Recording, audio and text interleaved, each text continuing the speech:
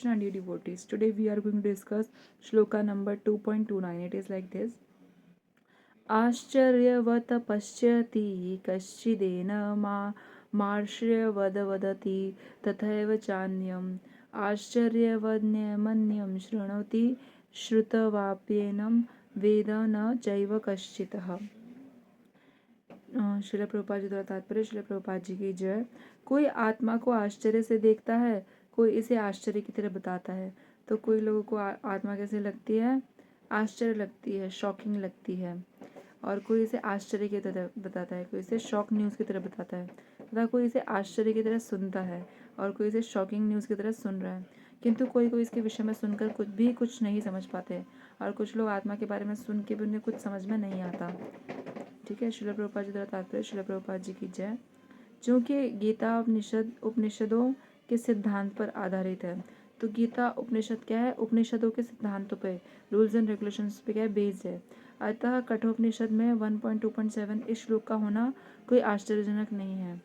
श्रण व्यापी बहुभिर्यो न लभ्य शृण्वन्तोऽपि बहवो यं न विद्युमम् आश्चर्यो वक्ता कुशलोऽस्य लब्धा आश्चर्योऽस्य ज्ञाता कुशलानुशिष्टः। विशाल पशु, विशाल वटवृक्ष तथा 1 इंच स्थान में लाखों करोड़ों की संख्या में उपस्थित सूक्ष्म कीटाणुओं के भीतर अणु आत्मा की उपस्थिति निश्चित रूप से आश्चर्यजनक है। ऑब्वियसली इट इज़ थोड़ा सा शॉक लगेगा किसी भी इंसान को कि इतने विशाल पशु में इतनी छोटी सी आत्मा है, इतने विशाल वटवृक्ष में एक छोटी सी आत्मा है, और 1 इंच के स्थान में लाखों करोड़ों की संख्या में बैक्टीरियाज हैं, वायरसेस हैं, और उनके अंदर भी अणु आत्मा उपस्थित होते, तो आश्चर्यजनक बात है ही। अल्पज्ञ तथा दुराचारी व्यक्ति अणु आत्मा के स्फुलिंग के चमत्कारों को नहीं समझ पाता। यानी कि जिसके पास कम ज्ञान है और जिसका आचार कैसा है? दुराचार है, वो मतलब अच्छा व्यक्ति नहीं है, वो अणु आत्मा के स्फुलिंग के चमत्कारों को क्या है? समझ नहीं पाता है, समझ नहीं सकता।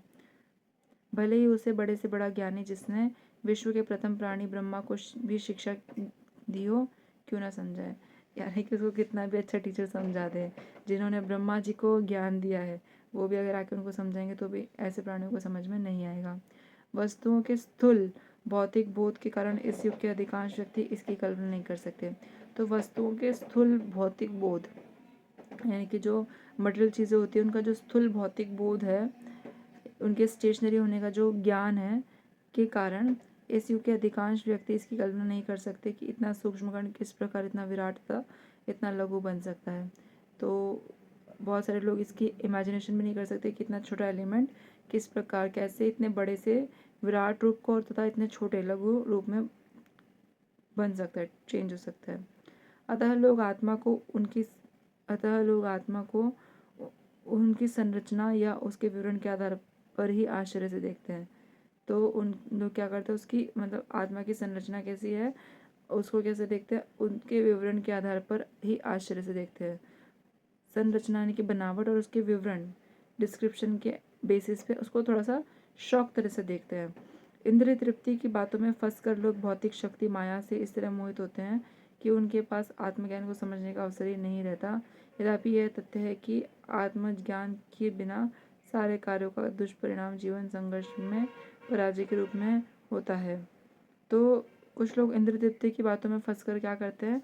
भौतिक शक्ति यानी कि भगवान की जो भौतिक शक्ति है माया देवी, उनमें इतने ज़्यादा घुस जाते हैं कि उन्हें आत्मज्ञान को समझने का मौका ही नहीं मिलता।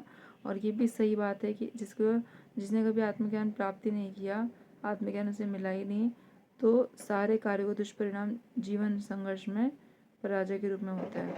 तो इन सब का रिजल्ट इसमें निकलता है कि आप अपना जो जीवन संघर्ष है उसमें आपकी पराजय होती है, हार होती है, और उस तरह से होता है।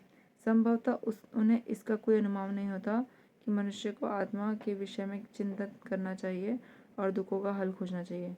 उसे इस बात का कोई पता ही नहीं होता, भान ही नहीं होता, अनुमान ही नहीं होता कि मनुष्य का ड्यूटी क्या है। First and the foremost duty is to remember the name of the Lord. कि मनुष्य को आत्मा के विषय में क्या करना चाहिए? चिंतन करना चाहिए, चिंतन मनन करना चाहिए, और दुखों का हल क्या है? खोज निकालना चाहिए। उनको अपने दुखों का हल खोज निकालना चाहिए। ऐसे थोड़े से लोग हैं जो आत्मा के विषय में सुनने की क्या इच्छुक है। थोड़े बहुत लोग जिन्हें एक्साइटमेंट है आत्मा के बारे में जानने के लिए। अच्छी संगति पाकर भाषण सुनते हैं, किंतु कभी कभी अज्ञानवश वे परमात्मा तथा अणुआत्मा को एक समझ बैठते हैं। तो अच्छी संगत से वो भाषण भी सुन लेते हैं, और कभी कभी उनके पास ज्ञान नहीं होता तो परमात्मा और छोटी आत्मा यानी कि अणुआत्मा जो हमारे अंदर है उनको एक ही समझ लेते हैं। ऐसा व्यक्ति खोज पाना कठिन है जो परमात्मा, अणुआत्मा, उनके पृथक पृथक कार्य तथा संबंधों एवं विचारों, अन्य विचारों को ही सही ढंग से समझ सके। It is very rare to find such a person जो परमात्मा को और आत्मा के अनु अनु आत्मा अनु आत्मा को क्या करे, अनु आत्मा उसके पृथक पृथक कार्यों, उनके पृथक पृथक कार्य तथा संबंधों एवं अन्य विस्तारों को सही ढंग से समझ सके, यानी कि बहुत सारे डिफरेंट डिफरेंट ड्यूटीज और उनके रिलेशंस और बाकी सभी विस्तारों को क्या अच्छे से समझ सके। इससे अधिक कठिन है ऐसा व्यक्ति खोज पाना जिसने आत्मा के ज्ञान से पूरा पूरा लाभ उठाया, और उससे भी ज़्यादा डिफिकल्ट क्या है ऐसे इंसान को खोजना जिसने आत्मा के ज्ञान से पूरा पूरा क्या है फ़ायदा उठाया हो, और जो सभी पक्षों से आत्मा की स्थिति का सही सही निर्धारण कर सके। In every situation they can मतलब वो क्या कर सके, आत्मा की जो स्थिति है, कंडीशन है, उससे सही सही निर्धारण कर सके।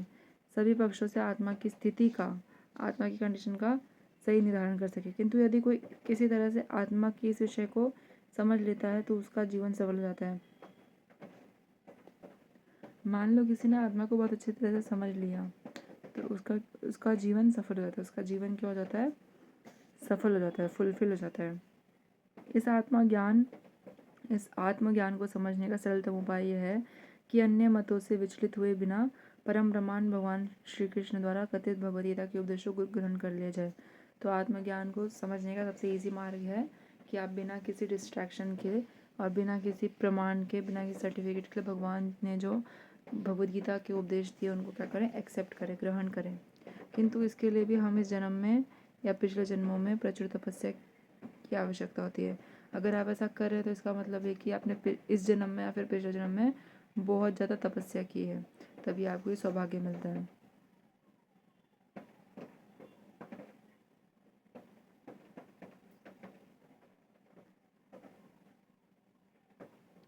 तभी भगवान श्री कृष्ण को श्री भगवान के रूप में स्वीकार किया जाता है। इसलिए भगवान श्री कृष्ण को कौन से रूप में एक्सेप्ट करते हैं, श्री भगवान के रूप में।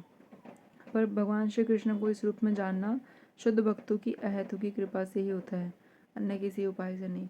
लेकिन आप भगवान को इस रूप में तभी जान सकते हो जो आप पे शुद्ध भक्तों की क्या बने, कृपा बने, अहेतु की कृपा, और बाकी कोई इसका मार्ग नहीं है। So thank you so much dear devotees for listening to me. वंशा कल्पतरुभ्यश्च कृपा सिंधुभ्यैव च पतितानां पावनेभ्यो वैष्णवेभ्यो नमो नमः। अनंत कोटि वैष्णव वृंद की जय, श्रील प्रभुपाद की जय, नमः श्री हरिदास ठाकुर की जय। प्रेम से कहिए जय श्री कृष्ण चैतन्य प्रभु नित्यानंद श्री अद्वैत गदाधर शिवसदि श्री गौर भक्त वृंद की जय। हरे कृष्ण कृष्ण कृष्ण हरे हरे, हरे राम राम राम हरे हरे। हरे कृष्ण, धन्यवाद, प्रणाम to all the devotees. Thank you so much.